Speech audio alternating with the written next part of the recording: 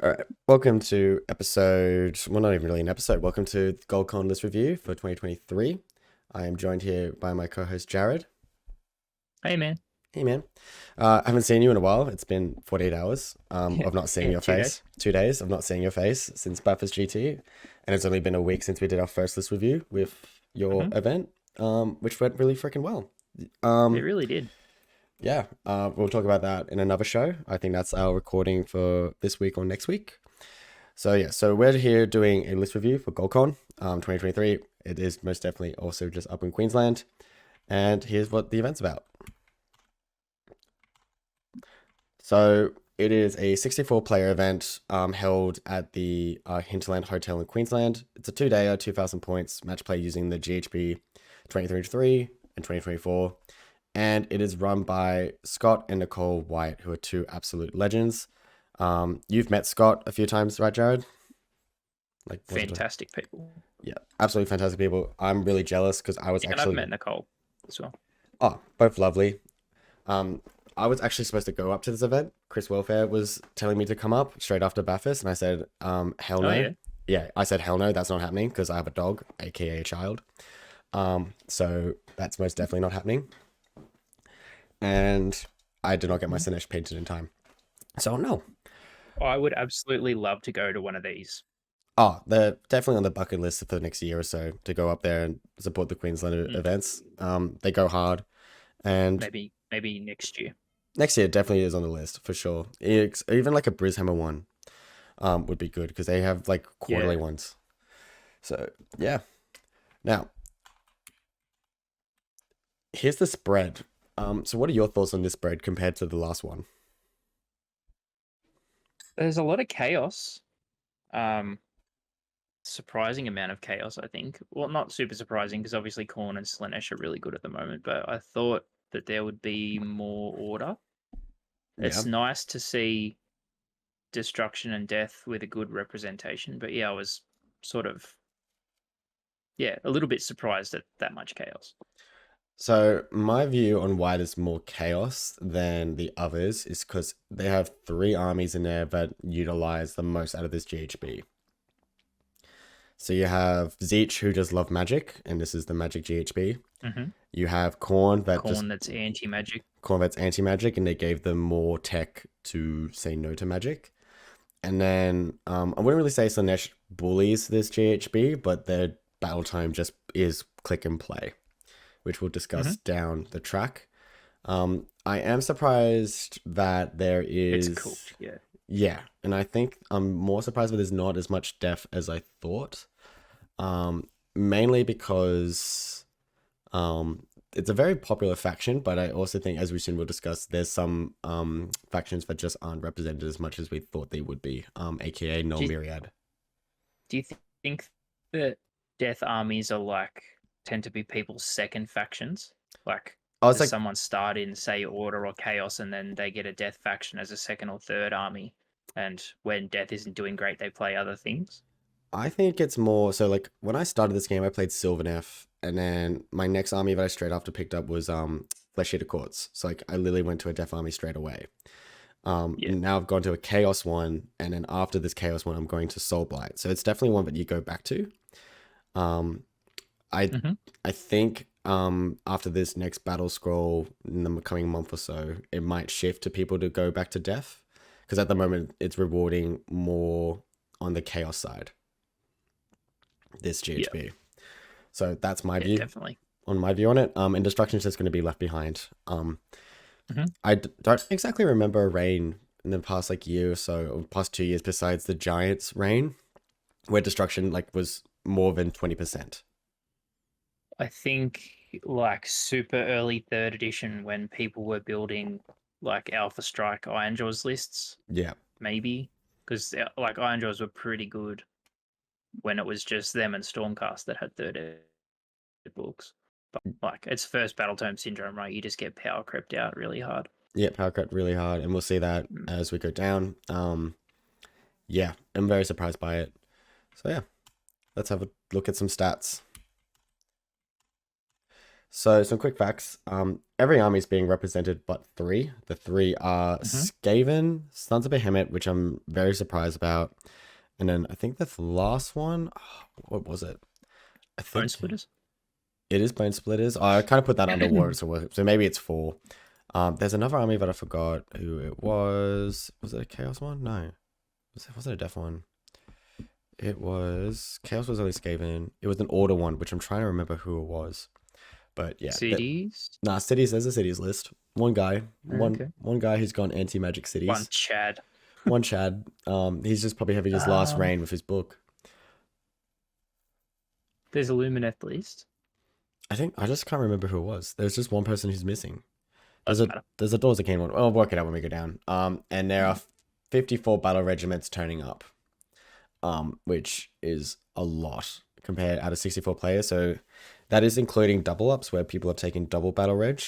So it's something that I want to talk about quickly where it is definitely just an auto thing where you click on when you write a list is you just click battle reg and just see what you can fit in it. Yeah, absolutely. And then there's 220 Bliss Barb Archers. This is going to be a common theme in most of our list review shows is how many Bliss Barb Archers are turning up, mainly because And how far they're spread out between different lists. different lists, because it's definitely a problem. Only just like, I worked out the calculations. It's on average 44 turning up on each list.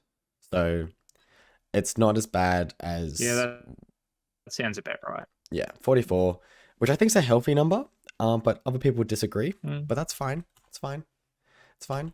But yeah, so there's just some quick facts, and then we'll just get into some magic facts. You can take it from here, man. So anything that here stands out to you that I wrote down? I'm not surprised to see 18 blizzards, and I'm not surprised to see half of those with teleporting in the movement in the hero phase shenanigans because I think that's absolutely the best way to play Blizzard. Yeah.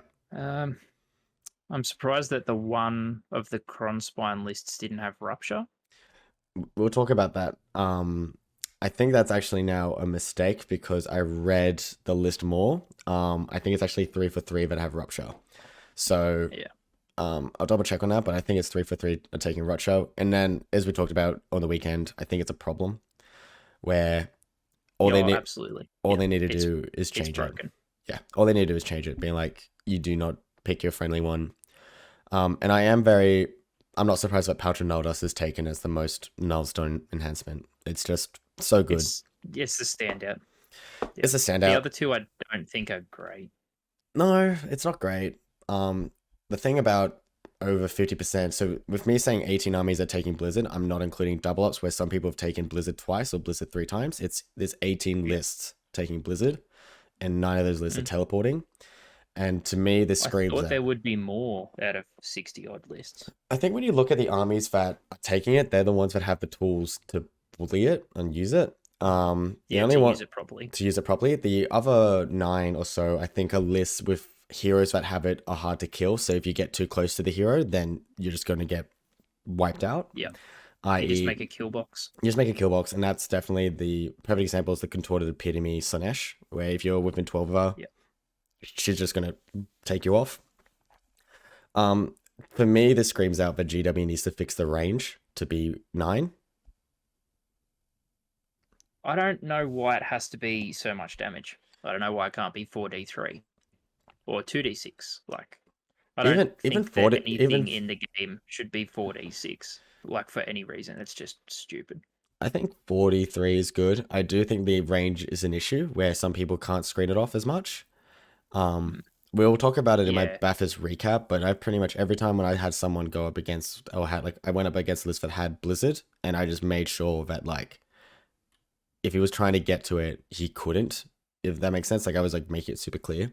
So yeah, it's know that if they're going to teleport, it has to be outside of 9. So you just put stuff 3 inches behind the front line of the screen and make sure that it can't be blizzarded. exactly. So yeah, If they're going to blizzard something, they're going to blizzard screens. Yeah, or something that has like a ridiculous ward save. So yeah, it's Yeah, definitely I definitely just do not I just think they just need to change it, like rewrite it or just take it off the game. That's all they need to do. So yeah.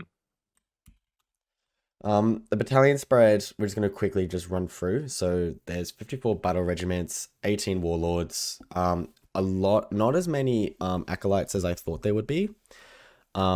Wizard Finders was a nice surprise where 3 people have decided to take it. And then 11 command entourages, and most of them was asking for a spell or an artifact. Yep.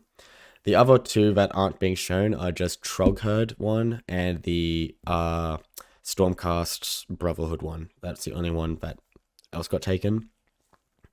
Okay. Yeah. Some Stormcast player thought it would be decided to take that battalion. I don't know why. Redemption Brotherhood. Yeah. It's basically battle regiment, but it's only troops. It's no heroes.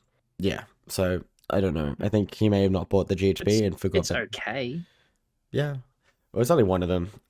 So yeah, it's the acolytes. So I think is interesting because it's with Primal Dice being so prominent, and everyone wants one. And the list, and can I guarantee you that 12 of those lists, all of them have Blizzard. Guarantee you that all of them have Blizzard. Oh yeah, absolutely. Even if you don't have Blizzard, I feel like Acolytes is such a sleeper battalion because even just having one more primal dice than your opponent, being able to play that game where, it becomes like almost a blackjack type of situation where you're like, am I going to primal it? Am I not? And you start to really calculate how you can use those dice properly. If you've got one more than your opponent, that's a massive up. Yeah, because the maximum you can make, maximum amount of Primal Dice you can get is 6. From my understanding. 6 in a battle round, Yeah, if so you don't spend any. yeah, so pretty much like just even fishing it in your opponent's turn, so you can just save for that big blizzard if you feel safe, and then just go boom, done. Or Yeah. to unbind their blizzard, like Yeah, and also just gives you play in like the slan against the magic. So yeah, it's definitely just it's so good. I definitely think they need to fix battle regiment because it's just clearly just too like guarantee of being taken. Where I think it should be more of a. I don't think it should be 5 units to fill it in. I think it should be 3 or 4, where it's forcing people to just be like maybe look at Warlord. yeah. So you've got to have extra drops. Have extra drops because 1 drop, yes, if you want to fish for 1 drop, then you have to reinforce more units and not have much of a spread. So many armies build really effectively into a battle regiment too. Like coming from someone like myself that plays a lot of elite style armies, it's really not hard to build a 1-drop battle reg in an elite style army. Even some of the Horde armies can fit it in. Like if they just they take massive double reinforced units. Yeah, they take double reinforced units and stuff. Like they can fit so much into a 1-drop, and then they have choice of turn. It's pretty big. So yeah, and a lot of them have like even Kronspine. The Kronspine, in fact, Kronspine just counts as a monster, and it's just I think that's one thing as well. Just the behemoth, yeah. I think Kronspine should just be its own battalion, where if you take it, you have to take the Kronspine battalion, so it makes it another drop, so it makes people not want to take it as much. Yeah, that could be alright. But yeah. Who's outdropping who? There's almost 35% of the armies are 1-drop, which is bonkers. It's not surprising.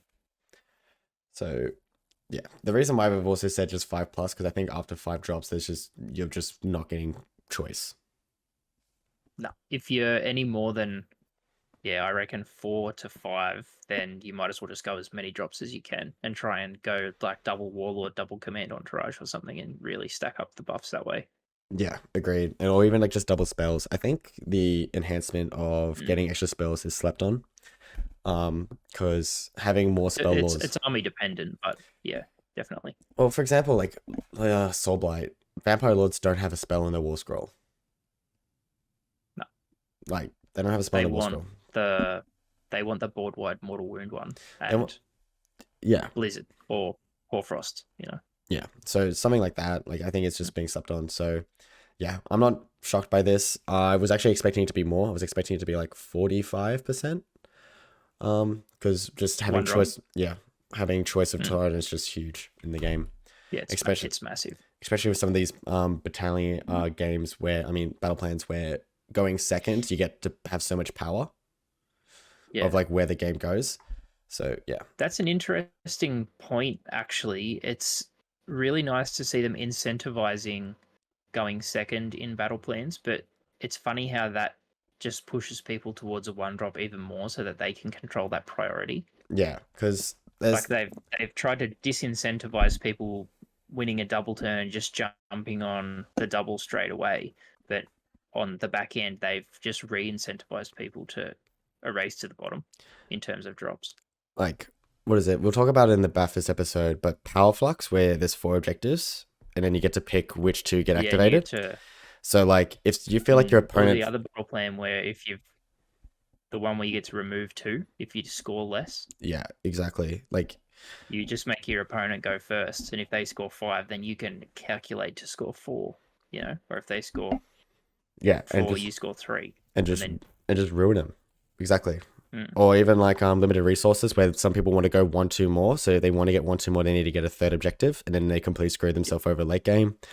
It's huge to just make someone go second, but with Power Flux though, if someone's castled up, you can just be like, all right, the 2 in the middle are activated, so if you need to score any points, you have to get out of your castle, and that's where going second and out dropping your opponent is just huge, because your opponent's like, I don't want to leave my castle. Like Seraphon, for example, want to stay in their castle. If you need to force them outside their castle, they're just going to lose the game.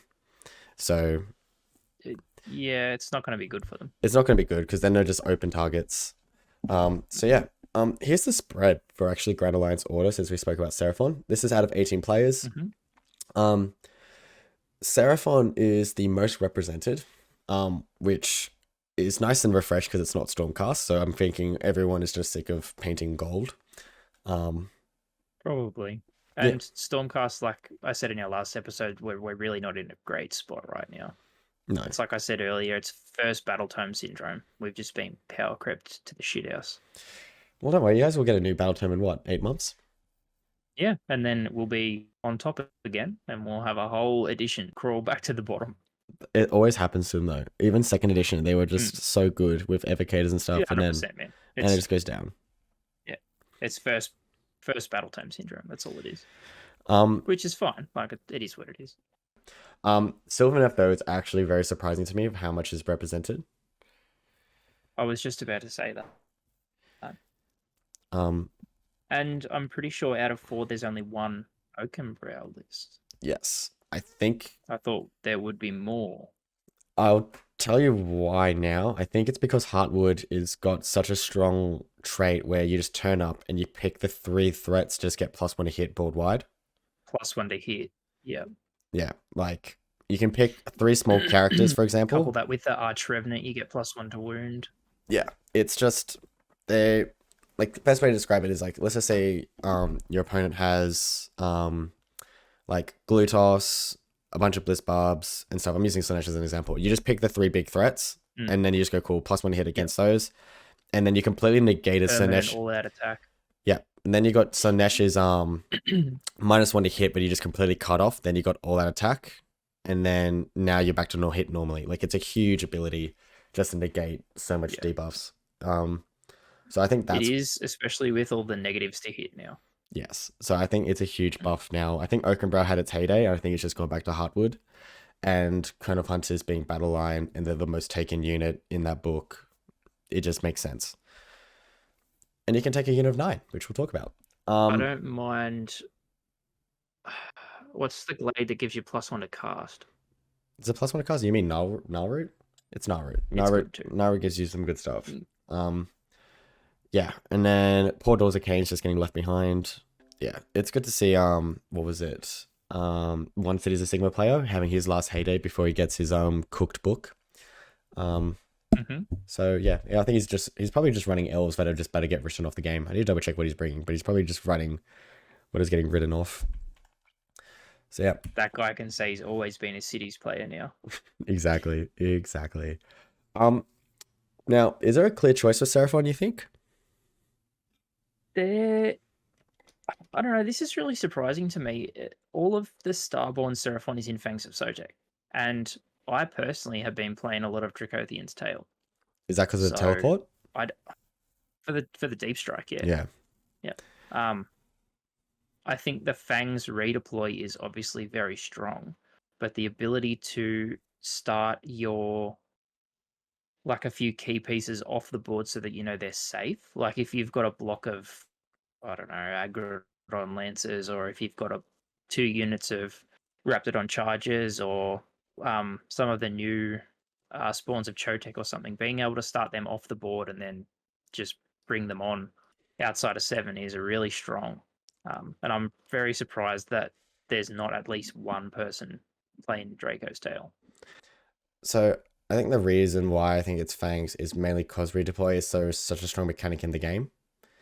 Because it can just deny someone's battle tactic. It's bonkers, don't get me wrong. The Fangs ability's really, really good. I thought there would be at least one Draco's Tail. And the other reason I think people are going Fangs is because it makes Raptidon's battle line. Oh yeah, and they're pretty good when they go on the charge and stuff. So yeah, they're really good. I do rate the Lances. There would be, Lances are really good, man. Especially like even in Starborn, even 6 Lances in Starborn is still really good. Yeah, well, that's the thing. Like a lot of people do take a block of 6 Lances for just like the teleport 7 away and teleport because they just get +1 to charge built in, so it's just a 6-inch re-rolling charge. Like they're in. Like just so that you can build that list that plays in all the phases of the game, right? You could like obviously Starborn Seraphon plays really well in the magic phase, that big melee threat as well, and just diversify your damage. Yeah, I think that's the way to go. Agreed. I was hoping there'd be one more Chad playing Coalesce too. No, I think at least one Kotal's Claw. I think as well as I don't think some of these things players realize how big brain and how much you have to like remember with Seraphon when it comes to casting and stuff. Like it's a very tiring army to play for your brain.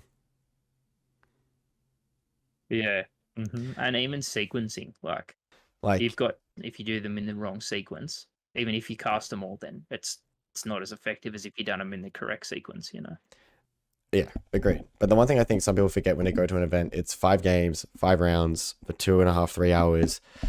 You have to just play each phase or like just remember your whole army continuously. Yeah. And when I read Fangs lists, I'm like, do you remember? Like, I can guarantee you that they're going to always be like, oh, I forgot this or I forgot that. It comes at that stage, the endurance factor.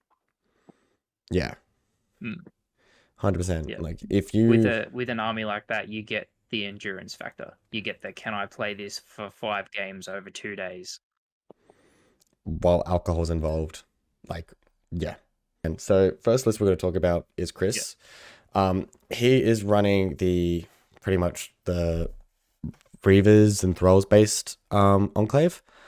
And his army is pretty much based on debuffing, and that's it with the Eidolon and the Tidecaster. And also Hoarfrost is actually really good in Deepkin just to make Thralls and hit on 2s or get higher rend. It's pretty slept on. I have played Chris multiple times in the past like 3-4 weeks, and he was trying to run the Kronspine Deepkin list, as I told you, and he just wasn't having as much success. He switched to this, and he's already seen like massive improvement where he says like there's actually gameplay in this list. So I think there's a lot of play in that Kronspine Ideneth list. But I do think this is very good as well. Yeah. I'll be asking him for updates and seeing how he goes. Vanguard Hunters and Aether Wings are just there to score battle tactics. That's literally all they're there for. Because Deepkin do struggle. 5-man unit. Yeah, and just a 5-man unit that teleports. Yeah, and I do think Deepkin do struggle in the battle tactics side of things because like there's some battle tactics which like the GHB has which they don't want to do, like charge in with a hero and like a battle line unit. Like some of your heroes you don't want to charge into. Yeah. Like especially a list like this because he doesn't have the king. Yeah. If you had like that Achillean King 6 eel block combo, that would be achievable, but you don't want to be charging with your Soul Render or your Tidecaster or like Brotan or anything. Or maybe the Aspect like to See. The Thrall Master and a unit of Thralls. Yeah, that's probably what he'll charge, yeah.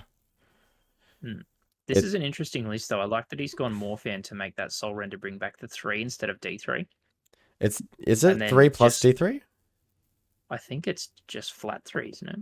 I have got that book. I can have a check for you. I'm pretty sure it's 3 plus D3. Like you can bring back a fair amount. Yeah, the recursion's pretty good.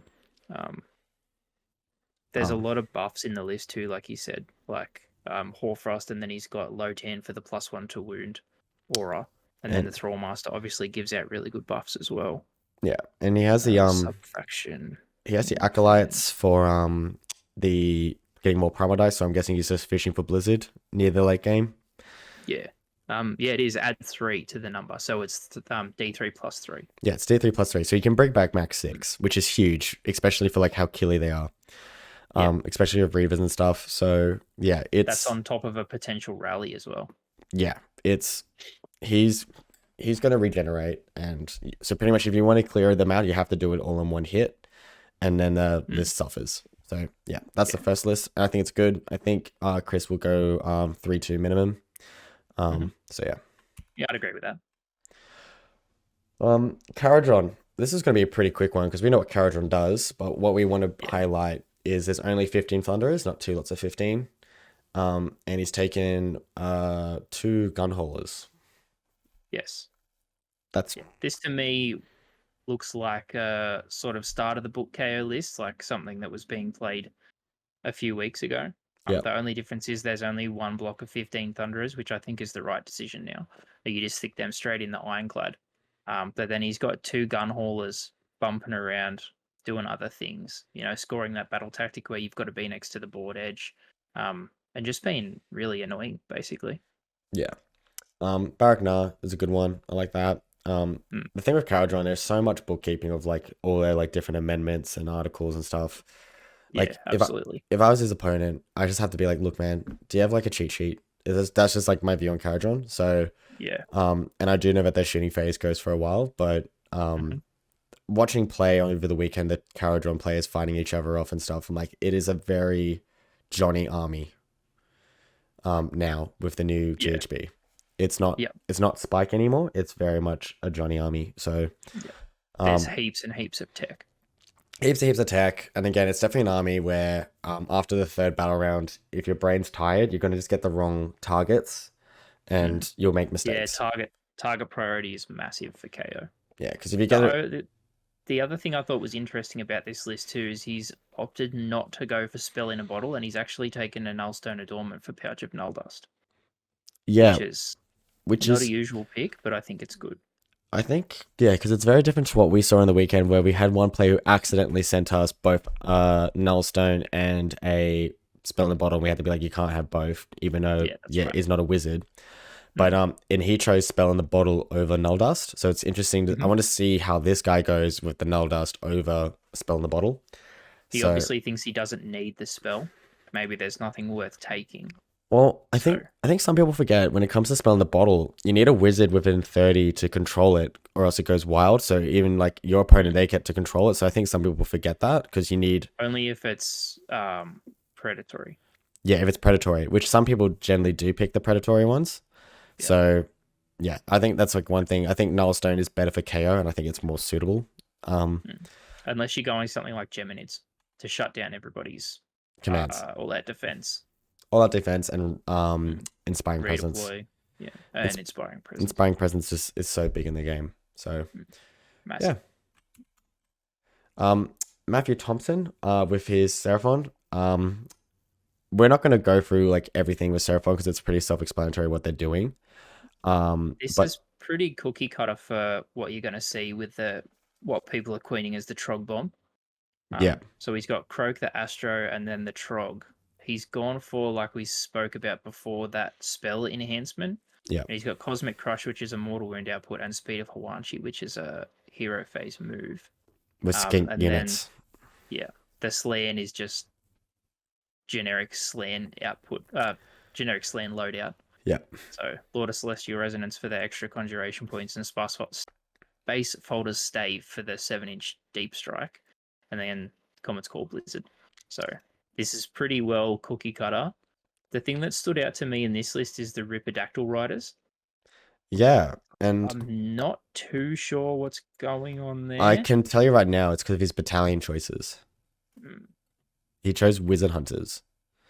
So those Ripidactyls are getting +1 attack in addition to all their other attacks against a wizard. And when you add in like the Bloat Toad and stuff, when you add the Blot Toads, yeah, like those, whatever wizard they touch is not going to have a good time. They can do some work and they're fast. Yeah.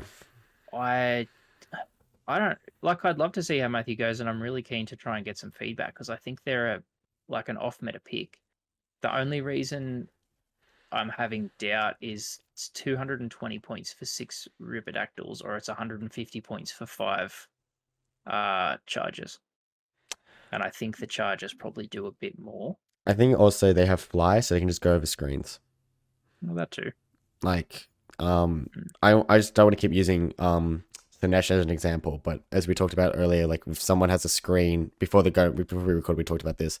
If someone has like a really shit screen, kind of thing, and once that screen's dead, like the hammer unit's exposed. But like if you fly and you move fast, you don't give a shit. You don't care. That's true. So and I like, suppose 6 with the new coherency could be an extra screen if he gets stuck. yeah. And what, 3 wins each? Ooh, Ripidactyls, yeah, 2 or 3, something like 2 or 3 like that. Yeah. Mm.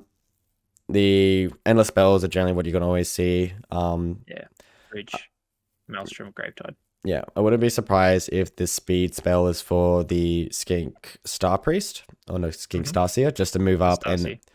just to move up and then summon a spell. So then it adds an extra range to the endless spell, so you can just go even further. Well, their Troglodon's a skink unit too. Yeah, so you're going to see different movements and stuff. I think I wouldn't be surprised. Can the Skink Troglodon just teleport anyways? Any unit can teleport in the Yeah, hero phase. It's so- a heroic action. Yeah, so So two I of wouldn't be those. surprised actually if the Troglodon gets teleported, Yeah, gets all this, does the big bomb, gets the spells cast through it, then casts Speed of Hawaii to move back. yeah, it's definitely just something like that where you're gonna. It's, as I said earlier, with fangs and stuff, it's definitely like a big brain auto sequence army.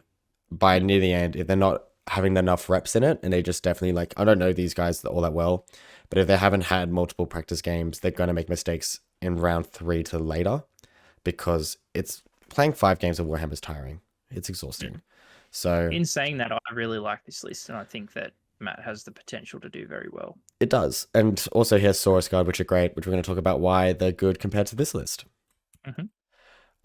Gabe French has decided to take the Kronspine route, but the reason why I picked this one is mainly because Kronspines can easily just get raptured, and they can easily cast a spell for it to eat, like Maelstrom and stuff. So like this one here is like just, it makes Rupture, Wild, Kronspine work really well. It just happens. Yeah.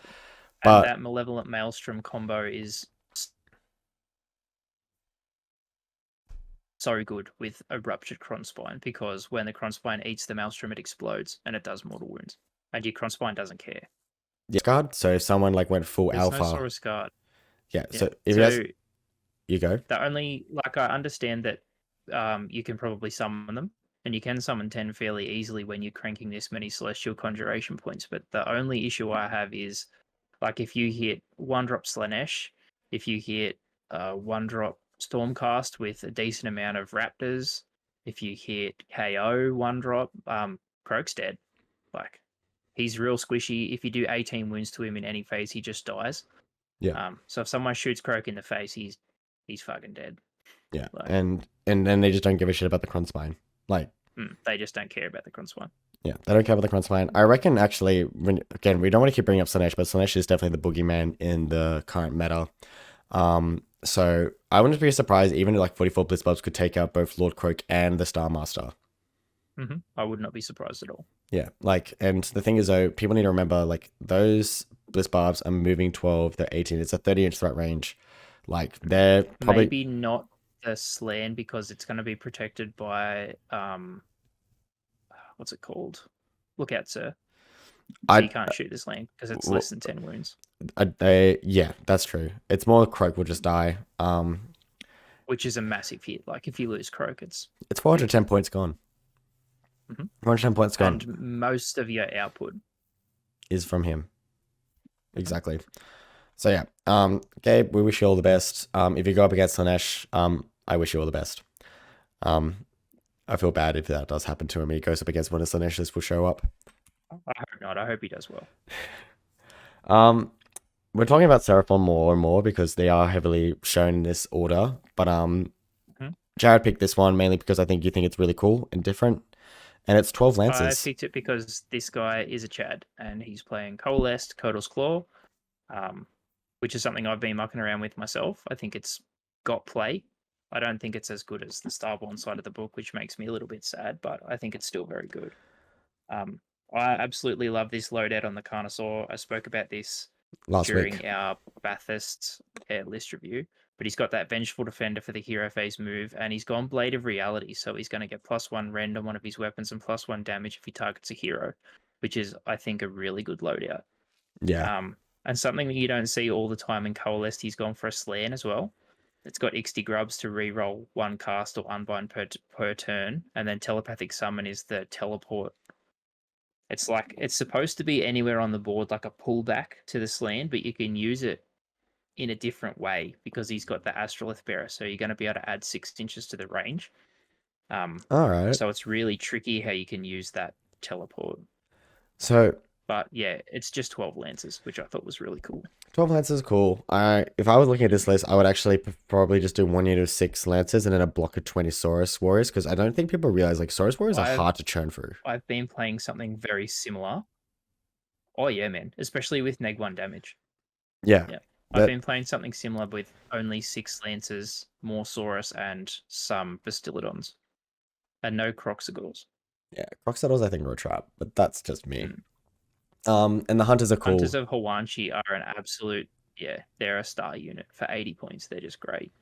When I saw that they were 80 points, I feel like there's nothing in the game should be less than 100 points. That's just my opinion. But yeah, because I think anything that's like below 100 is weird. They don't do a lot for 80 points, but what they do is absolutely worth it. I'm guessing it's just a teleport. There's a Seraphon battle tactic where you take an objective, but it has to be with a skink unit. Yeah. So they're really good for that. But apart from that, they're a bit, they do the one thing and they do it really well. Cool. But I'll learn more that's about all they do. I learn more and more about Seraphon every time we do these. Now we're going to talk about Sylvaneth. There's 2 lists we're going to talk about. Pretty much what they both have is Heartwood, +1 a hit. We talked about it earlier. Pick 3 units. Great. Like, huge buff. This one here, though, it's gone Lady of Vines, and I've been talking about this with a bunch of Sylvaneth players. The 5-up ward is huge with Sylvaneth. Like, I think people slept on Lady of Vines when she first came out because it was a spell and it was hard to cast. Yeah. But I think now with the introduction of Primal Dice and Acolytes, Lady of Vines stonks go up. Yeah, and Acolytes just makes it better. And Acolytes Battalion.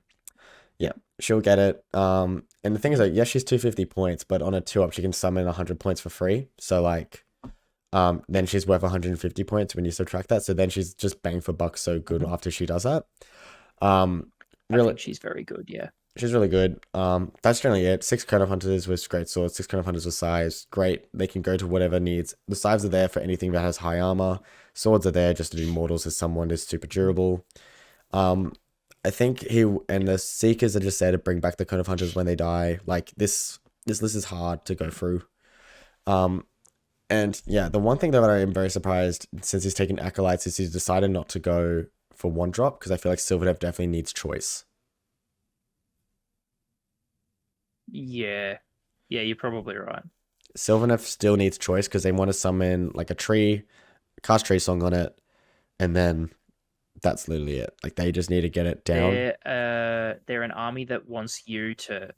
They want you to move into the middle of the board too. Like, they want to give you first turn and have you spread out a little bit, and start to make some holes in the castle before they can strike. Yeah. So I'll be interested to see how he goes. Another thing that's interesting here. Yeah. Sorry. No, Another thing that's interesting here that we're starting to see a bit more is a Branch Witch General. Yeah. So usually you would see the Warsong Revenant quite a bit. But we're starting that command trait Spellsinger because the Branch Witch's spell is so similar to the Warsong Revenant, but she's like a third of the price. Yeah. Which is, good shout. Bang for buck. Really good. And also she can't be shot. With the trees and Lokatsu. Yeah. So she's just gonna be hard to just shift. So yeah, no, really good shout there. We'll quickly go through Henry's list. The only real difference here is that he's taking Warsinger, which I'm guessing is plus to move. Making it is +3 inches to move, I believe. Yeah, which makes the Cone of Hunters actually fast because they're movement 8 then. And then He's just running 9 scythes, 3 great swords, 3 great swords, 5 tree revs. The tree revs are just there to score 2 battle tactics. That's literally all they're doing. And then we're seeing again, as you said, And seeing screen. and screen, but we're also seeing just branch witch more now. And Drycha is just a beast when she gets into combat. Like that's it. He is taking the battle regiment and didn't go acolytes because I'm guessing he doesn't care about. He just wants to go first and pick. So, yeah. Yeah. That's generally it, really. That 9 block of sides is interesting. As I said to you before the show, I definitely think he's doing that just for redundancy. Because after the 3, because like that's 15 wounds of just because once they get down to 6 with the coherency rule, he can just do whatever he wants with like spreading out and stuff. And then because it's what is it? It's 15, 30. It's almost 45 wounds just to churn through on a 3-up save. Mm-hmm. Like, it's good. It's really good. I'm interested to see how he goes. It'll be hard to shift. I'll be interested to see how he goes. He is part of the Elf Bros team for Runex with me, so I will be getting updates constantly. Oh, okay. I will be. Yeah, he's our Sylvaneth player. Chris is my Deepkin player. Hayden Walker is my Lumineth player, and I am the poor guy who has to take Doors Arcade. So yeah, it's not that bad. It's pretty bad. One of our episodes we're going to discuss how Doors Arcane have fallen behind hugely. So Grand Alliance Chaos now. 21 players. There's 220 Bliss Barbs between 6 and Esh players. That is a problem. That's a massive problem. That is a problem. And good Khorne representation. Finally, we see Khorne popping off now. 7 players. I'm not surprised to see Khorne and Slaanesh be the 2 most popular. I'm not surprised either. I thought there'd be more Tzeentch. This is the thing again. I think Tzeentch is definitely an army where a lot of people took it because it was the boogeyman. But I think a lot of those players realize that it is a very Johnny big brain techie army. Like you got to get certain sequences off again. You got to get things right. Everything is like, yeah. I don't want like Ash McEwen is the most perfect example of a player who just plays Tzeentch right, where he knows which order to go in everything, and he can do it for 5 rounds and not get tired. And that's because you get that. It brings in that endurance factor again, right? If you've got to play an army and a list like that for 5 games, 3 games in one day, by the time you get halfway through game 3, your brain's just fried. Yeah. So it's definitely an endurance army, and if you can't do it, you can't do it. And you fall off a lot. So that's why I think when we see some events, like some people be like, oh, why is each only going like 2 and 3 or 3 and 2? It's because of the endurance factor. Absolutely. And Magakin and Nogle's good to see. The only army we don't see here is Skaven. That's actually it. Which is sad to see. Skaven's fun, but we can talk about that in another episode of why Skaven's just fallen behind. 1 Bok player, what a Chad, and then 1 Slaves to Darkness list, which is just it's ridiculous. Cooked. It's cooked. It's an absolute cooked list. I can't. Yeah, I'm gonna ask you later what your reaction was when I explained to you what the list does. But yeah, here's a representation of Khorne.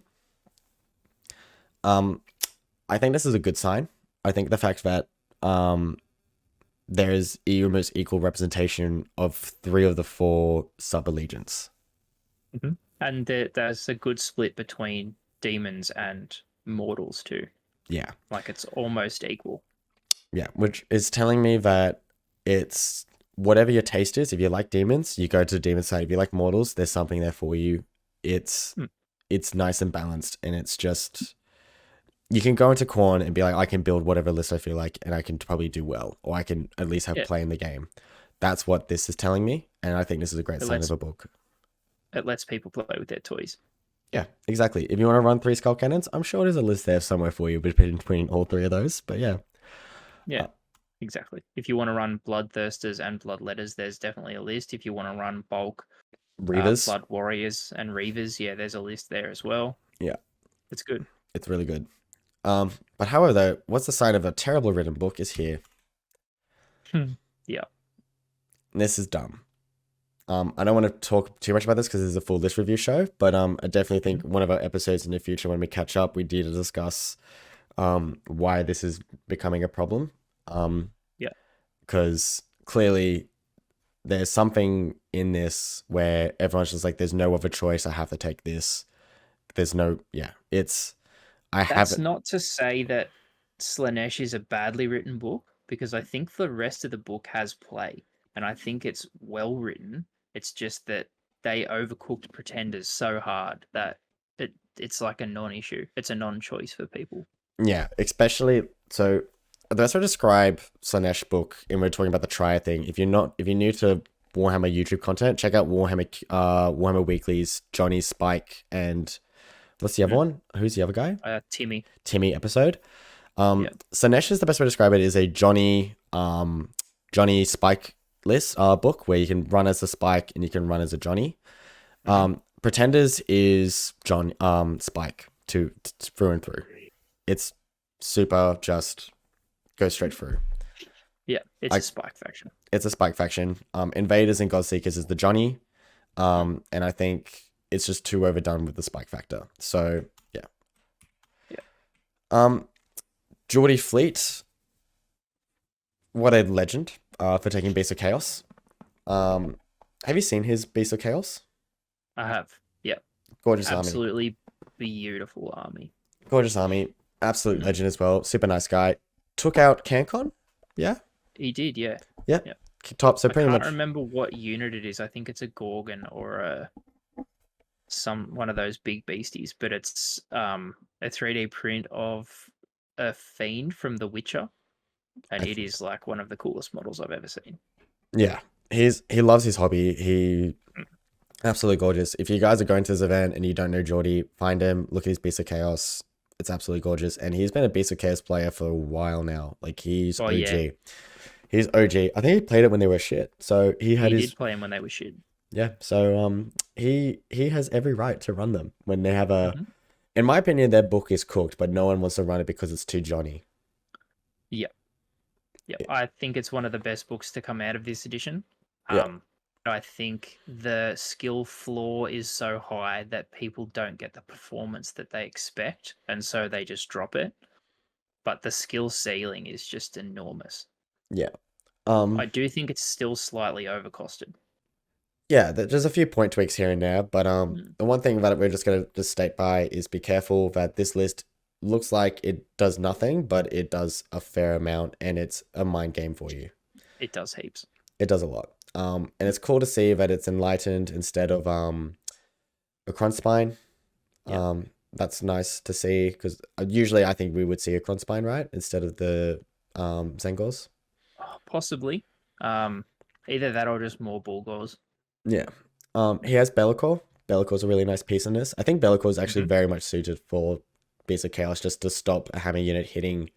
Like, for example, if the Bulgors like miss the charge or something, he can then just Bellicor whatever's going to kill them next turn, and then keep them alive. Like, it's Bellicor's definitely there for a good safety net, and also his spell for -1 wound is just makes them a bit more durable. So yeah, I reckon Geordie's going to do well. I think he's going to surprise people what this can do, and I think Seraphon should be scared. So yeah, that's my opinion. But yeah, as someone who's played Seraphon into Beast of Chaos, we've got a Bok player locally. Yeah, I didn't think it was going to do much, and it did heaps. Yeah, so that's good. An accurate. It's an accurate call. Yeah. Disciples is each. This is the one that you picked. Yeah, we think it's cool. You can give a rundown of why you think it's cool. I really like Gilda Summoners at the moment. Obviously, it's very strong. The reason that this list stood out to me, though, is that he's got the 6 Enlightened on disc instead of 3. He's got some Enlightened on disc instead of a Kronspine. So usually you would see a Kronspine in that slot. Yeah. I think it's really cool that it's just all Tzeentch units. Another thing that you pointed out too is he's got the Burning Sigil instead of the Simulacrum. Yeah. But yeah, I think it's a really good list. The Curseling General is a really nice pick because of his ability to steal other people's spells. Yeah. And then obviously like cheeky 130-point Zangor Shaman with Merciless Blizzard. So yeah, I think it's really well rounded. It's just a chicken factory. It's definitely a chicken factory. Turn 1 gets a chicken, so there's 2 chickens on the table, and I wish you all the best trying to kill 2 chickens. Yeah, it's just straight up KFC. Yeah, it's KFC. to a thing, like, or bin Yeah. chickens, whatever you prefer to call them. Um, we're gonna quickly talk about this because of your event last weekend. What Hmm. won? What won Bathurst GT? Nurgle, What did Nurgle have? shitload of flies, What does this have? shitload of flies. There we go. That's enough said. Yeah. One I thing though, think the secret source is the Lord of Afflictions, though, right? the secret source is Lord of Afflictions. Yes. So Mm. I think with command abilities being super strong in this game, where there's some just people getting multiple command points or doing things like Unleash Hell or anything like this, this Mm. list is, to describe it to you, is blue deck. I'm going to control the gameplay. I'm going to control how this game's going to go, and you have nothing to say about it. Yeah. Interesting tech that I like in here is the Harbinger of Decay with Curse. Um, Hmm. that's really good. It makes Nurgle hit even harder. I'm interested because is it sixes to hit is a mortal wound? Curse, yeah. Now, I'm interested to know the interaction between sixes to hit with mortal wounds plus being diseased, because I don't know if you can have both with the current ruling when an interaction happens. Ooh, yeah, that's interesting. So I don't know what. So like, reason why I'm saying that is because you get disease points, and I don't know if you can get mortal wounds at the same time. So Maybe, it's definitely something where maybe he's thinking that he's got enough attacks because your disease stops when it gets to 7, right? And I believe if you've got two simultaneous effects that trigger off the same dice roll, the mm. controlling player gets to choose which effect. Well, that's the thing. So it Don't does quote me control on the. that, but No, no, I do know he it's can control something the along those effect. He lines. can control the effect, but he can't be like, oh, there's 7 disease points and then here's 7 mortal wounds. You know what I'm saying? No, but if he's rolled 14 hits, the Hmm. first 7 he could say, right, those 7 are I don't think he because can. we're supposed to roll attacks one at a time. We just roll them all together for convenience. So he could potentially slow roll them. Oh my god. Um, It just sounds like but that would take it's ages. gonna take Yeah, ages. It's just something where I that's think, it. That's an interesting pickup. Actually, I didn't pick up yeah, that because interaction with curse and disease.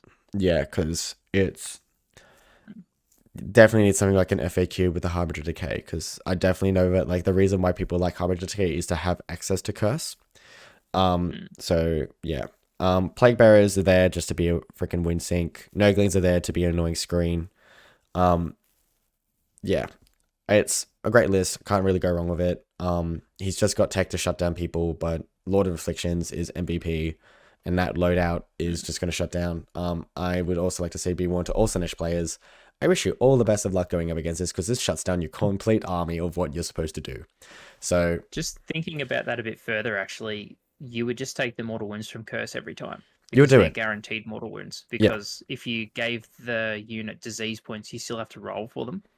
Yeah, it's more of guaranteed. So I think it's there yeah, for literally the Pascal Blight Lords attacks because they actually get a fair amount. So it's definitely there with the flies and everything. It just makes them good. But it's just something where with yeah, interaction where if you've got like if you because I think there's battle tactics where like you need to get amount of disease points. I don't know them. I wouldn't be surprised if there is one. But yeah, it's just an interaction where I think I know Ben probably thought about it, but I think his opponent just needs to be aware that like both of them can't happen. So yeah, yeah. it's interesting. So yeah, Ben, wish you all the best. Now we're going to talk about the Boogeyman. Um, Team McD. Tim McD, he has actually been playing Slanesh for a while. I think he played them since first ed and then sold them and then started again. I don't know how it is. I don't keep up to date what armies he have anymore. Um, we're going to quickly run through this because the issue that I have with this list is he's running Selfish Desire and his army kind of needs to summon because there's not a lot on the table. There's not a lot of units here. Yeah. Yeah. Because Bellacor's there, 340 points for once per game. Stop something. Cool. Control of Epitome is an amazing shutdown piece. Shuts down command abilities, can't retreat from her, all that. And Glutos being the general is really nice because he's hard to kill. So him doing the 3 commands is really big, especially with how big his base is. So he can spread out a fair Yeah. amount. And he doesn't care about losing the command trade of +1 Ren +1 thing. He doesn't care. The other thing as well, I think he's going to struggle with is anything with high armor because he's not getting Ren 2 out of this army because he doesn't have Yeah. Blitzbub Because of the Seekers. lack of Listbarb Seekers. Yeah, Blitzbub Seekers. He doesn't have that, so he's going to struggle with high armor armies, such as, I don't know. He does have the Geminids to stop people's all that defense. So that's like a pseudo rend one. It's more for the fact that, yes, he has Geminids, but if he's going up against someone who has more primal dice on him, he's not getting Geminids off. That's probably true as well. Yeah, like what does Born of Damnation do? Born of Damnation. Oh, 6 dice, 4 ups is depravity. He's just trying to fish. He's just trying to fish for depravity just from that spell. Because the other thing as well is he's not going to generate depravity much from this army except for Glutos or the Contorted. Mainly because he doesn't. Or Seekers can with amount of attacks, but if someone just has all that defense and stuff, they're just not going to hit as hard. Also, he should be using the Seekers as a screen. He can use that ability, the ability where you do all the attacks and get depravity. Well, that's the thing. He doesn't have Slick Blades that can do that constantly for him. So, yeah, I don't know how he's going to get up there. I think the spell's there to help out, so he can get at least to like 3 or 4, and then if the Seekers can get any more than that, bonus, great. But it's an army where I look at this, I'm like, this army needs to summon. So the fact that he's taking Selfish Desire for the easy 3-point grand strat, I think there's going to be some matchups where he might struggle. So I'm interested to follow his trip. So if anyone can freaking tell me how Tim goes on the weekend, message me, because knowing Tim is a very competent player. Yeah. So I wouldn't be surprised if he's had shitloads of reps with this list and sort of taken it, has made these decisions based on that. Yeah. And I wouldn't be surprised if he does well. Yeah, I wouldn't be sorry if he does well. It's just more like I look at this, I'm just like, it's just not a lot on the table. So yeah. We're just gonna talk about Matthew Dale. Almost exactly the same thing. He took a lot of pain, but he does have 10 Slick Blades to generate depravity. So this is the list where it's like he is going to be hard to kill when he gets all his depravity up. It's almost exactly very similar to what I took over the weekend, except he's taking Bellicor and a lot of pain instead of a Glutos. That's literally the only difference. Literally the only difference. I don't know why. He's also got Selfish Desire. Yeah, exactly. Because you don't need to summon with this list. You have so many bodies, you have so many wound sink on the Slick Blades that it's once they get all the buffs up, they're near impossible to kill and you don't need to summon bodies, and you just get 3 points for turning up. So yeah, Matthew, you should do well with this. It pretty much plays itself. There's going to be some matchups that you might struggle with, but when you get to it, I'm sure you're going to push through, because you got the tools to deal with it, like Blizzard and stuff. So yeah, really good list. I'm expecting this list to go away in the next Battle Scroll update. So just a heads up, because it's horrific. Now, we're going to introduce this list in a big way, because this list is so fucking big brain. It's messed up. So what was your response when I told you what this list does? I had no idea. I'm not super familiar with the Slaves book. Like I know the really popular builds like the Cabalist build and the Ever Chosen one where you get the extra banners and stuff, but I'd never seen this particular sub-faction before. And I messaged you and I was like, this bloke really knows how to play Warhammer, and I don't know what the fuck this list does. So, like, do you have any idea? And you explained it to me and I was like, yeah, no, that makes sense. Yeah, it's fucking techie as all hell. This is the definition of Johnny. Like, this is the Johnny list. This is a huge Johnny list. This is Dave Kerr. If you don't know who Dave Kerr is, he's the Australian Master. And he's definitely going to prove that to everyone, but he's the Australian Master, because he's rocked up with a list of, I'm bringing this and you're going to have a fucking interesting time. So he's taking Legion of the First Prince, which is pretty much any undivided units, he gets to change their mark. So depending on his matchup, he can be like, I'm going to need this mark, I need this mark, I need this mark. Or, because like all the marks can give out different abilities and stuff. So if he feels like he needs to be more tanky, he can be like, cool, we're taking Nurgle.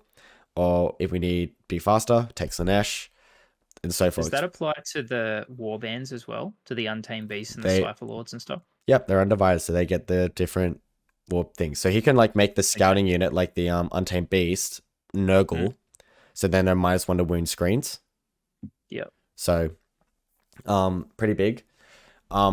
He has every spell in the game in this list. Because he has Ghostmiss, Levitate, and then he took all the GHB spells. So that Gaunt Summoner knows all the spells pretty much, except for Flaming weapon. except for Flaming Weapon, which he doesn't need on a Gaunt Summoner. He has, what else does he have? He has Rupture for the Cronspine, because the Cronspine's there to freaking be, yep. The Gravetide's there to eat, for the Cronspine to eat. And he's getting Primal Dice. There's so much I can talk about this list, because it's absolutely bonkers what he's doing. The 6 Variant Guard are there to just go hard. He's probably going to make them Slanesh or make them Nurgle, one of the two. Yep. I don't think Khorne's worth it in this build at all. I think it's definitely one of those two. Yeah, and then he has the Gravetide as well for like threats against hordes, because this army, like when the Warcry warbands die, he doesn't have that many bodies, so the Suffocating Gravetide definitely just reduces just hordes. This is definitely the like big dick energy. I'm here. I know how to play Warhammer.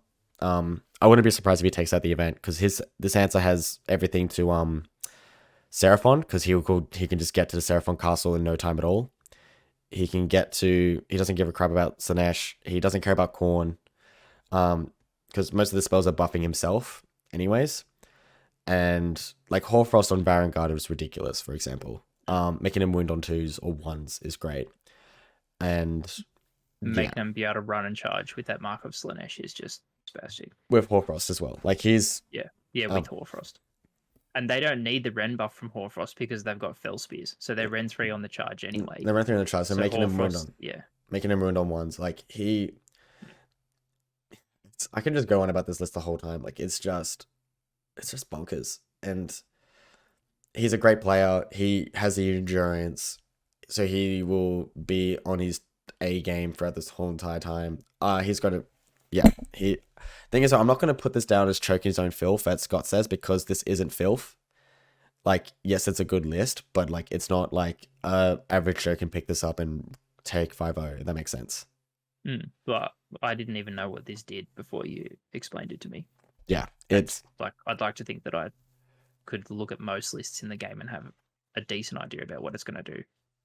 Yeah, it's just a flex build. Like, this is the kind of list though where I think if you're a really good player, this list is like something that you would bring into a team's event, and it has an answer to, like, you can just throw it under and you have an answer to everything. So, really good list. I could see that. Yeah, and you don't see slaves lists like this at all. So, kudos to Kerr. I want to follow his journey as well. I'll be following every week, like, thing for it. So yeah. All right, Chaos is done, because that was probably the biggest faction of them all. Destruction's pretty easy. 10 players, no Cruel Boys. Cruel Boys is just non-existent in the game at this point. So, yeah.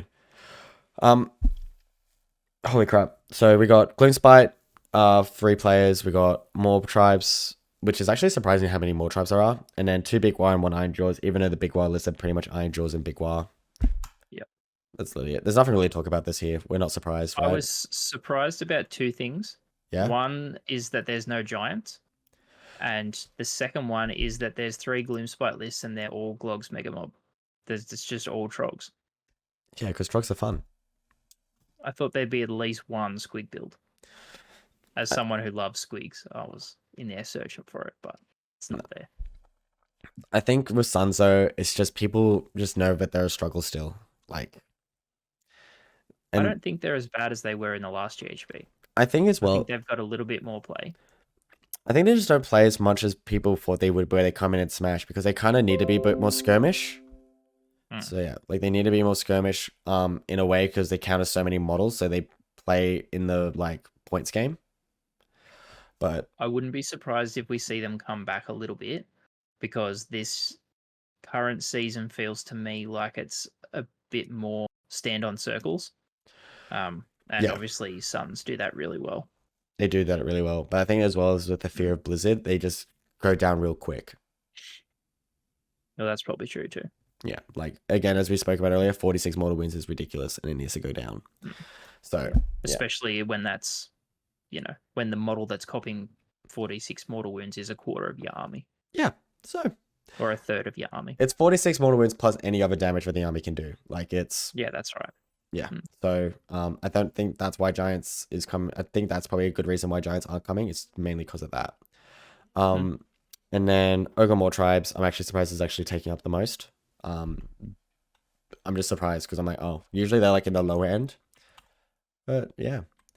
I was surprised last weekend because there was no ogres, and it was because there's a very specific build which is actually in this list, so I'm pretty keen to talk about it. Yeah. Um, quickly, I think it's Johan Grove, I think is how you pronounce his name. He's running Big Johan? War. Johan Grove. I think the reason why I picked this list is mainly because there's some cruel boys in it, but it's mainly he's there to shut down wards. So anyone that's relying on a ward save, he's just going to completely shut it down, and then the ball boys are just going to take it off just like that. With a lot of mortal wounds with the amount of shots they have. And it's just Brute's things. He's getting wild points up the wazoo. Brutes will get in, and Brutes actually have a really cool ability where they can stop people contesting an objective. They're one or two models. I mean, one or two wounds. So we can just like walk an objective and just hold it and not have to be scared. Yep. So I think it's only one wound. one wound maybe. It's something where like if someone rocks up with like 80 zombies, the more like they can just walk on and the zombies mean shit. So and he doesn't have to like go into them or anything. So that's the only reason why I brought it. He has teleporting, Merciless Blizzard, like he has an answer to that. So yeah, like I can't. Sprack is a really good anti-magic piece too.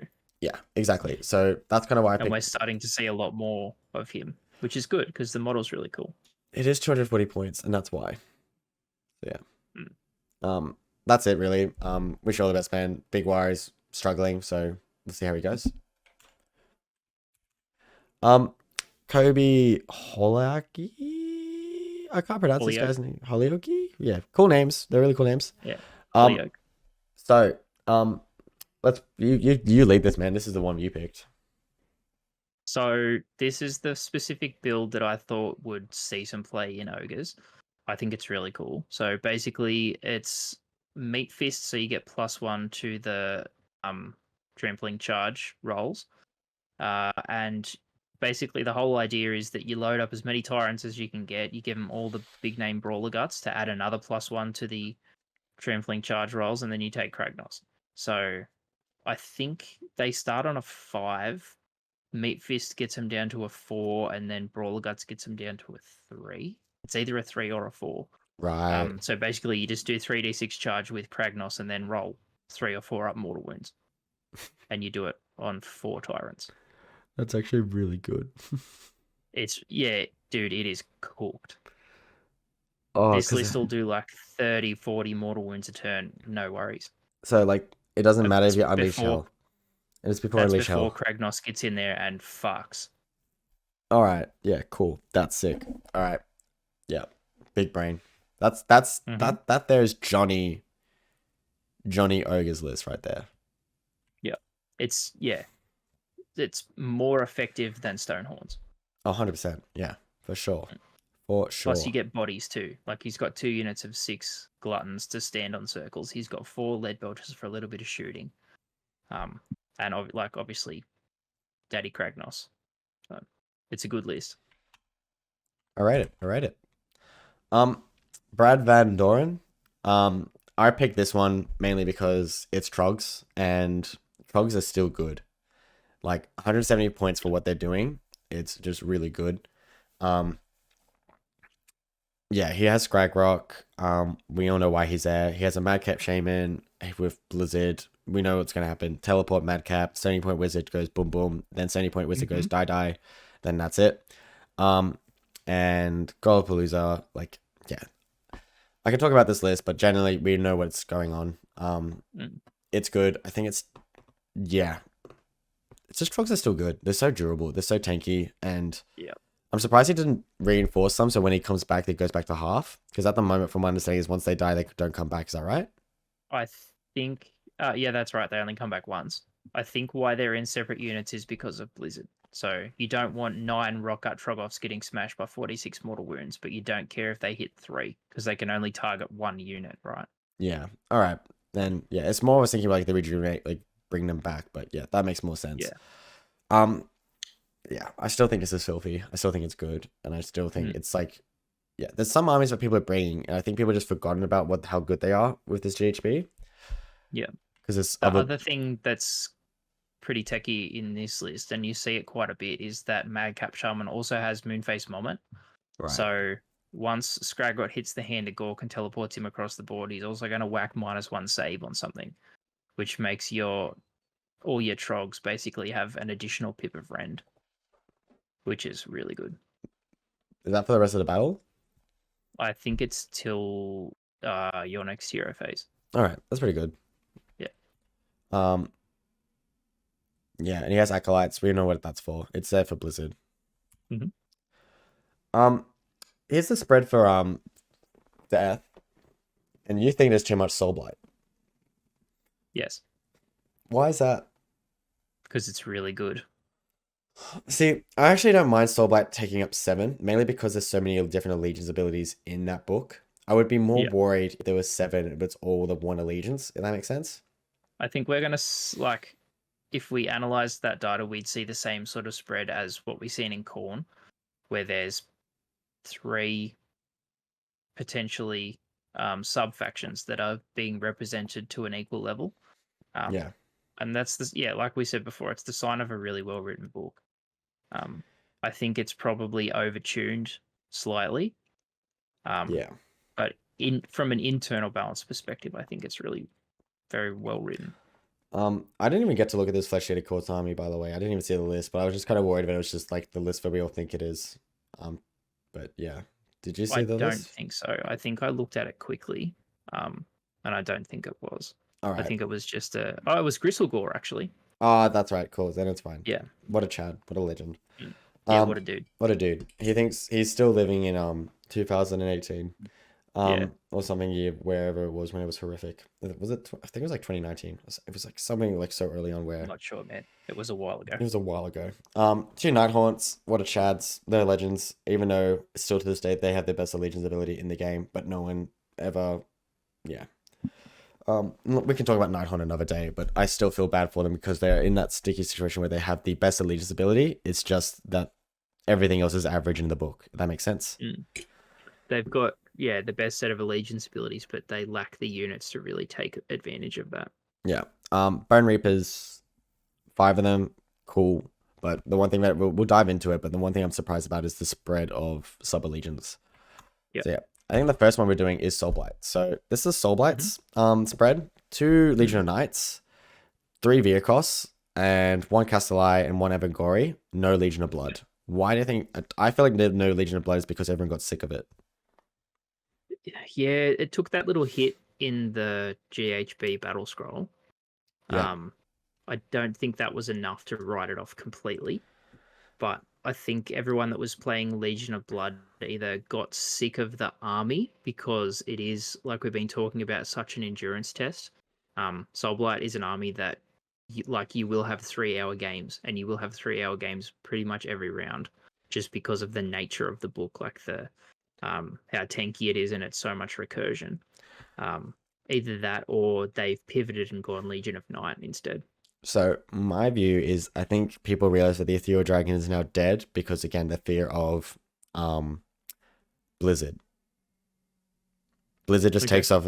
Blizzard just takes off. Like Blizzard just goes, I don't give a crap about your Ethereal Dragon. Yeah, your Ethereal Dragon means nothing if it's copping 46 mortal wounds in the face. Yeah, like it does not care. So like, especially if a Legion of Blood player goes up against a Legion of Night player, that Legion of Night player is just gonna go, here's my teleporting Vampire Lord, which is 140 points, which is like a third of your price, and I'm just gonna slap you with this, and now your dragon's dead, and you're sitting there same as Neferata. Same as Neferata can cast her fancy spell, but it doesn't matter if she cops Blizzard to the face. Exactly. So I think that's kind of why people have moved away from Legion of Blood, is because it's no longer a melee game; it's now a magic game. Yeah, I think that's where it's gone, and Legion of Night plays the magic game really well. The Virkos, I think those Virkos players are going to quickly learn that they're not going to get to 5 battle rounds, at all. The Castellai player is a legend, and the Evangori player is also a legend, but he's not taking full monsters, so he needs to go back to his local hobby store and buy 3 more start collecting boxes. So yeah, that's all I'm going to say about him, but I wish you all the best as well, bud. I think as well that you took a Terragas's battle line is cool, but at the same time, you need more. So yeah, Aussie X spread. this is a surprise to me. Clearly there's only two strong builds, right? Which is either Null Myriad and Mortis Praetorians, and no one's taking Steliac Lords and Crematorians.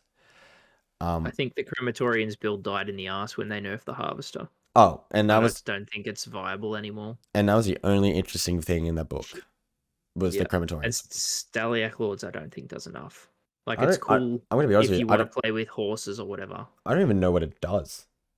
Like, I actually have It's just no the idea Death what it Rider does. subfaction. Yeah, but what does it give them? I don't even think Jeez, I I have. don't know. Let's not even talk I've about it. never even seen it. Yeah. Yeah, let's not even talk about it because I don't even know what it does. Reason why I'm surprised about this is because this whole GHB is about magic, and only one dude fought. Let's take the anti-magic build. Yeah. Do you think it's because, like we said last week, it's boring? Well, there's four other guys who decided to take the same thing, but like not put in no myriad. Like the Mortis Praetorians Yeah. guys could easily just go into their app, change their allegiance thing to null myriad, and then they're going to win more games. Is Catacross locked to Mortis Praetorians though? But he can take you can put Catacross into null myriad, but he just won't have the 2-up ignore. He doesn't have the spell ignore. He just doesn't have the spell ignore, right? So the only thing that Same you as get, Arcane. I think Arcane can get the 2-up spell ignore because he's not Legion locked. He's not Legion locked. Yeah, true. I need to read the full thing. I do have the book in my freaking room, but it's more for the fact that null myriad plays well in this GHB. It plays it better than Khorne anti-magic wise. It's just 2-up, ignore it. Oh, I don't care. Massively. Right? Like you can teleport your little vampire or your little shaman, and I do not care what you cast. If I fail that 2-up, then that's GG's. That's pretty much what they say. But it's more for the fact that like I think Mortis Praetorians, I think everyone's like, oh yeah, I got anti-charge. I'm like, it doesn't matter if you can like charge against them, because your army isn't going to hit as hard because you're playing the durable game, unless you want to lock people in. But yeah, I don't know. I think the four guys, I think, were stuck in the old GHB because Mortis Praetorians was so good in the old GHB, where this one guy's like, nah, screw it, I'm going to go anti-magic and freaking play the long game. If it goes up against Khorne 4 times, that's bad luck. But yeah. That's it. I had to look it up. It got the better of me. Steliac Lords is you get to reroll charges with mounted units. That means shithole. That means nothing. It's crap. It's crap. You're not going to do anything. So Steliac Lords is never going to be seen again unless some narrative player decides to turn up. Here's a null myriad guy. It is taking Arcan, Catacross, and a Bone Shaper with Hoarfrost. And the reason why I like Hoarfrost is because it actually makes Death Riders decent. Because they wound on 4s. Mm-hmm. So giving them winning on 2s with the amount of attacks that they have, great. And Mortis Guard's there to body block, and there's 6 of them. Stalkers are there just to be a threat. We know what they're there for. The 2 Death Riders, I think, are just there for redundancy for a battle tactic. That's literally it, because if someone kills one of the Death Riders, he has the other one to do the other battle tactic. And screens. But yeah, we all know what that's there for. There's nothing really to talk about here. We know what it does. It does well. Cool. It's interesting that you can clip this list and put it straight into any other subfaction. Like this looks like a Mortis Praetorians list that someone has just clipped and stuck in Null Myriad. That's literally why OBR is so boring, because you can literally do that with any, like, you can literally write a whole, like, Mortec guard list with a Harvester surrounding it, and you can just put it into Null Myriad. Like, yeah. That's literally it. And that's why I think it's a very boring book. But some people enjoy it. The models are cool. I'm not going to ruin people's fun saying like you're playing a terrible army, because it's actually a really cool army. I like the aesthetic. I like everything about him. It's just the book to me. I'm like, I'll play this for 5 games and I'll get sick of it. It just feels very single lane. Yeah. You don't know who Luke Taylor is, hey? Luke Taylor's been around. No. Luke Taylor's been around in the game for a very long time. I think he's had a bit of a break. He has always run strong lists and strong armies.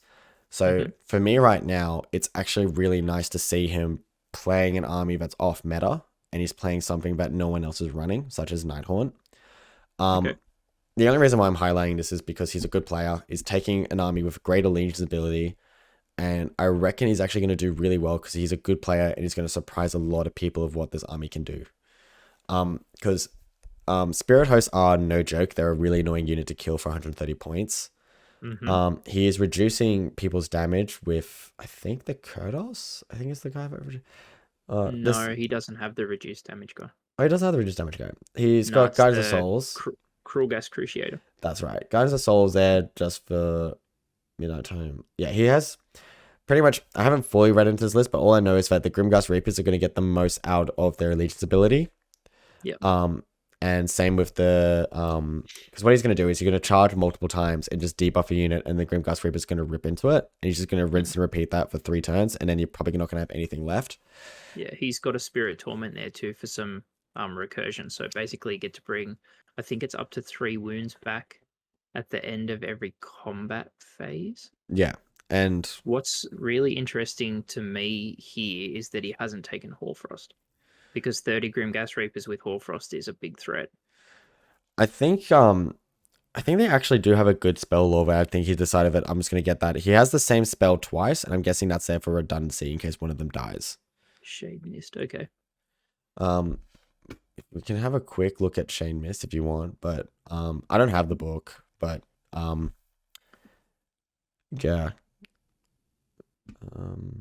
Spell lore. Shade Mist. Pick 1 Nighthaunt unit wholly within range visible to the caster. Subtract 1 from wound rolls.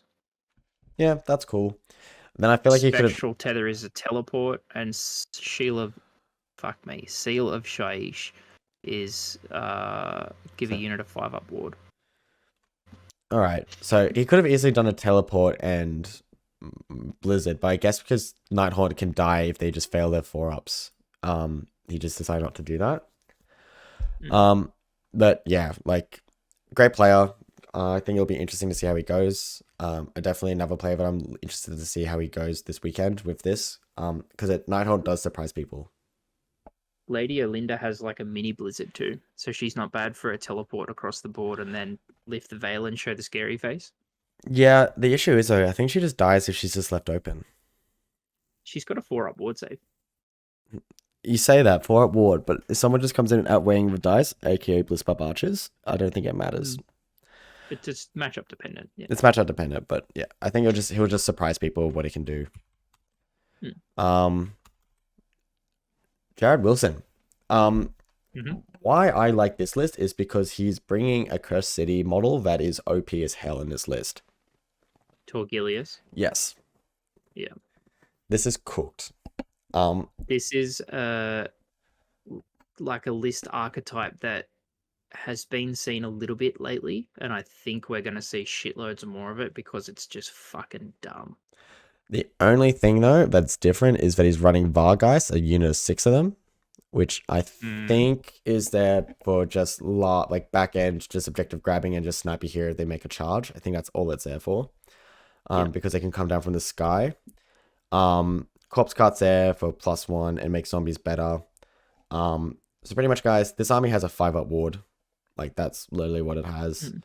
Yeah, Torgilius has an aura, and then giving Belladama the Ulfankani phylactery means that she puts out a 5-up ward aura as well. Yeah, plus she's going to be near doggos. There's also, like, you look at this list being like, oh, there's not a lot of, like, summonable. He's going to summon 10 dogs for free, so there's another unit of 10 dogs in this list. Yep. And once you kill those zombies, they're going to come back to a unit of, I think that's a block of 40 zombies, or is that 60 zombies? I think that's 40. 40 zombies. He's just going to bring them back, and he's just going to... Oh, no, 60, because they're 130, so... Yeah. Yeah, it must be 40. Must be 40. Yeah, it's something weird. It's weird costing for them. Yeah. So he's just going to bring them back. Yeah, it's not a fun time for anyone. There's Hoarfrost in the list because the Shaman of the Chilled Lands. So those zombies are going to hit hard, hit on 2s, so he can generate as many attacks then to do the Corpse Cart mortal wounds. This is a list that you're going to see a lot of, or people are going to take something similar. I've sent you a list that I've written similar to this, and you're just like, Liam, if you take this, I'm not being friends with you, which I totally understand. This is, disgusting. The other thing that you usually see in this list somewhere is the inclusion of Gorslav, so that when that big block of zombies dies, it just comes back, guaranteed. Like, there's no roll. Usually you don't see death rattles. Usually you just see more zombies. I think the And skellies are there for a screen. He's just gonna bring them up from the graveside or something, and then just be like, mm, "Here's a screen. I don't care if you kill these." Like, it's interesting why he took those Bargheists and not another 20 Graveguard too, because he's got the points. you know what he should have taken instead, in my opinion? He should have taken two units of Black Knights. So when he brings them Hmm. up, they're just a long screen. So like it takes you 2 turns to get to the zombies. It's not a bad shout either. Well, no, I went up But against it like the other week, and the thing mm, that slowed me down was a unit of 2 Black Knights that literally just were in front of me. And like I can't deal with anything with this. Like, this is a very strong list though, and I wouldn't be surprised if it does well. oh yeah, and but the thing is though, as you said, this army is an endurance army, and I saw on your weekend at Bathurst, Soul Black players do not finish their turns, finish No, their games. if someone's going to time out a game, it's going to be Soulblight. Yeah, and I think, in my opinion, I think TOs very soon need to come together and discuss a ruling on that because I think it's unfair to any player who gets paired into them and realize that they're not going to get 5 turns to play their game. Yep, yep, Um, and that's where like I think chess clocks can probably come in a little bit more. I know that that's a naughty word to some people, but it I has. mean, I yeah, feel. I feel like if you're a Soul Black player, you are going to be asked a lot to bring in a chess clock. mm, And we can talk about this after the show, but I do have a plan for my event on what I'm going to do with this kind of thing to like pretty much if someone's going to take a list like this, they have to be on their A game for 5 rounds. yep, So yeah, Jarrod, you're going to do well. Targilius is a slept on unit, and I think you're going to see him more now. Um, so good work with that. Yeah, great job, good list. Um, Brendan Chamberlain is taking Legion of Night. The reason why I chose this is because it's 2 teleporting vampire lords and zombie dragons, so it's 2 hammer units. yep, A unit of 10, 20 Graveguard, they're going to hit hard. A vampire lord with Merciless Blizzard with Morbeck's Claw, we know what that's doing. Like, hmm, we're not going to dive into it because we've dived into it before on the Buffer show of why Legion of Night's so good. But if you haven't watched that show, Legion of Night has the best of Legion's ability, best tech to just shut down anything. And I've gone up against Legion of Night now over the weekend. And can I just tell you that the anti-charge is so big. So oh yeah, big. the counter charge, The counter charge is so big. And it's also huge. Manfred's counter charge instead of a redeploy, huge game Mm, changer. It what one bob the game hmm, for me. So we'll talk about that in the Baffa show, but Legion Knight, be careful. There's a lot of stuff that you need to be aware of with this army, and it's gonna do well. Um 30, it's 10 doggos, 10 skellies, like they're just there for screens, and the 20 graveguard are gonna hit, and the vampire lords are just gonna hit. Like those are his 3 hammers. That's yep. it. Nothing really to talk more about here. But yeah. Good list, man. Um, that's it for Def, and that's pretty much it for all the lists.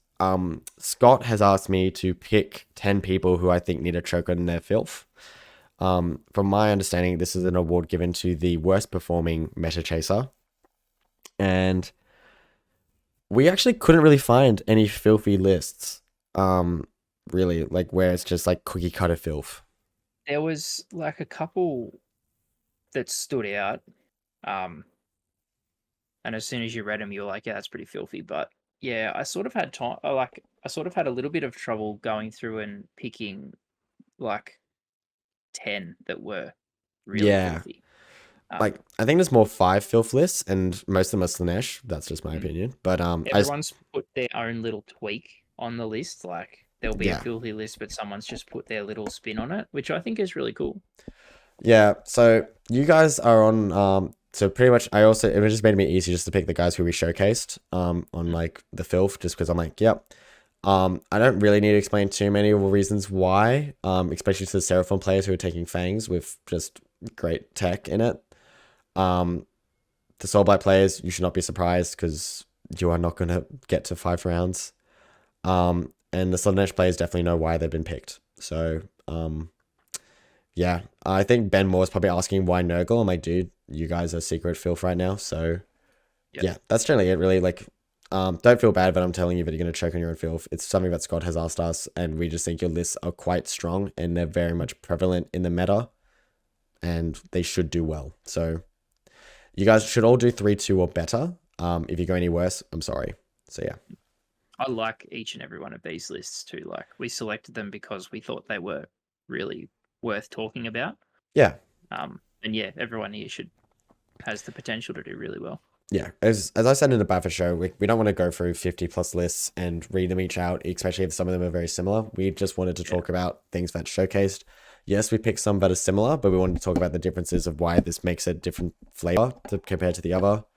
Because again, we have lives and we don't have 4 hours to talk about your lists. So yeah, but if you didn't get showcased and you want to tell us more about how your event went, you can tell us on Twitter or talk to us on Facebook and stuff and tell us why you think, or how your event went and why you think your list did well. And if I gave you a shout out asking about how you went, please message me because I really want to know how you did. Yeah, so, let us know, definitely. Yeah. Quick summary discussion. I didn't even go through the battle plans that they ran because I didn't even double check, but I think he's chosen the generic ones pretty much that we've all going to be seeing. There's like 7 or 8, I think you're going to see on rotation now. Probably 7. Yeah. You definitely won't see your 2 favorite, which is Icefields and the smoke one. Zephyr, Frigid Zephyr. I know for that intern, the intern's at it again. Yeah, man, that intern's gonna have a great time. Generally, I'm excited to see how this goes because Queenslanders are quite competitive and they do bring out a big crowd. So I am interested to see who does well. I want to see who knocks Dave Kerr out. Pretty much is my thing that I want to see. If someone knocks Dave Kerr out. If someone takes him out, and if everyone goes up against Dave Kerr and wants to tell me a story of how big brain the list is, message me because that's definitely something I want to hear about. Yeah, I don't really think there's any much more discussion. I think we discussed it as we went through. This is probably actually the last event in Australia before Battle Scroll. Oh no, City GT. Yeah. City GT will just have it before. The Battle Scroll might come out before, but I think the rules cutoff is this weekend, so it won't be in play. Yeah. Okay. So, City GT will be the last one with this current ruling. So we're already seeing kind of where everyone's writing lists and what they're like taking. And you can definitely tell that people are going for more primal heavy stuff or relying on it. So yeah. That's generally it really. Like there's nothing else to really talk about. Not really. I just want to say that I absolutely love the Queensland scene and Scott and Nicole are both fantastic people. So I feel like it's going to be a really fun event. And yeah, if you are attending, please reach out to us on Twitter, social. Yeah, and just tell us how it goes. Send us photos. And let us know how it goes because I think it's going to be a good one. Yeah, it's going to be a great one. I wish I was going. It was too close to Bathurst, and I definitely... So do I. And I definitely had to go to Bathurst because the Crotchhammer guys are awesome. We will have an episode about it because it was a great weekend. Especially the Saturday night was freaking hilarious. So yeah, pretty much. I hope you guys enjoy the show. Please let us know if you're also running an event in Australia or somewhere else, and you guys want us to talk about your list, especially if it's like 50 plus event player. Please reach out to myself and me and Jarrod will see if we can do a list review because we do enjoy seeing what people are taking because it does inspire us on list writing. I'm going to be honest with you though, no one's inspired me to write any Slaanesh lists. I'm sorry guys, you guys are very much taking what I'm already taking. So, but other armies though, like seeing Dave Kerr's list definitely inspired me to be like, all right, let's see like what else we can write. So yeah, that's just really it. So hope you guys enjoy. And for everyone playing, enjoy your weekend. Thank you.